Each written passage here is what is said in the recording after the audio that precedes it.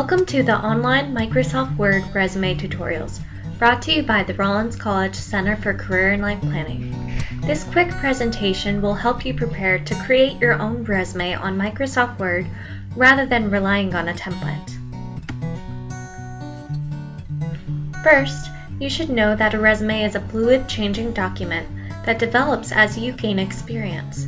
There is no right way to do it, but by using a template, you may be boxed into using sections that are not quite helpful in showcasing your strongest accomplishments. And you may become frustrated by trying to alter the formatting to better suit your needs. Therefore, we recommend opening up Microsoft Word and starting from scratch. To first set your margins, go to Microsoft Word and Page Layout. Choose 1 inch on all 4 sides. As you add content, you may choose to reduce your margins as low as 0.75 inches on all sides. Next, choose one font for your entire document. We recommend using Times New Roman if you expect to print your resume. Use fonts like Arial or Calibri if you expect to submit your resume electronically. Before you begin, we also recommend adjusting the line spacing for your document. Open Microsoft Word and press Ctrl-A if you are on a PC or Command-A if you are on a Mac to select your entire document. Then right-click and go to Paragraph. Make sure your line spacing says single and before and after is set to 0. Click Don't Add Space between paragraphs of the same style to start. As you progress with your document, you can increase the spacing or manually add spaces between your text using the Enter bar as needed. Now that we've reviewed how to properly set up your document, let's discuss the 3 types of resumes you will need to know: targeted resume, untargeted resume, and master document. We recommend using a targeted resume whenever possible to apply for a specific job based on its job description. You can research the type of job and company to determine what is most relevant to the employer for this particular resume and what you can leave off. We recommend having targeted resumes based on each job you're applying for, especially if you are targeting multiple industries.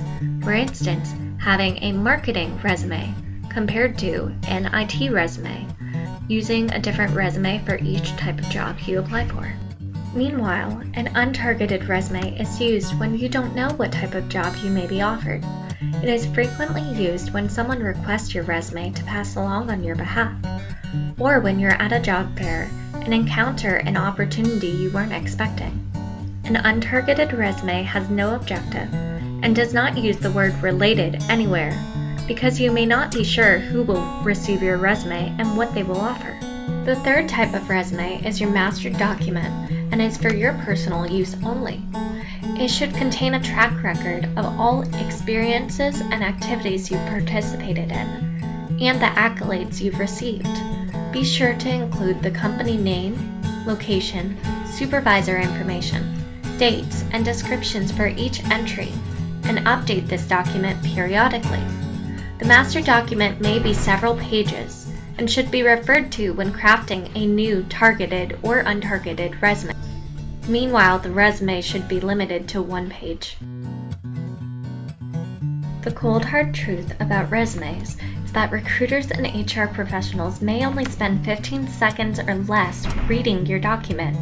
They receive hundreds of applications for any position, so here are some tips to help make your resume stand out. Like we've mentioned before, you want to target your resume whenever possible. Also, limit your resume to 1 full page and keep the most important, most recent, and most relevant experiences on the first half of your resume. You want to be both concise and specific.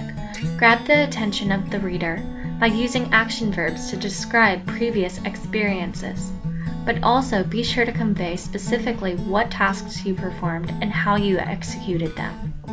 Make your resume easy to scan.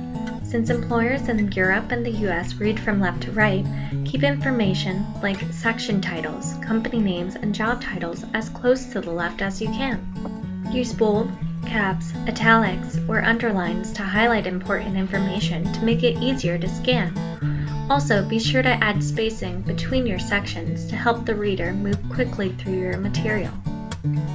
If you have more questions about resumes, please view our other resume tutorial videos on YouTube, or you can visit our Resume and Cover Letters webpage at rollins.edu/career center.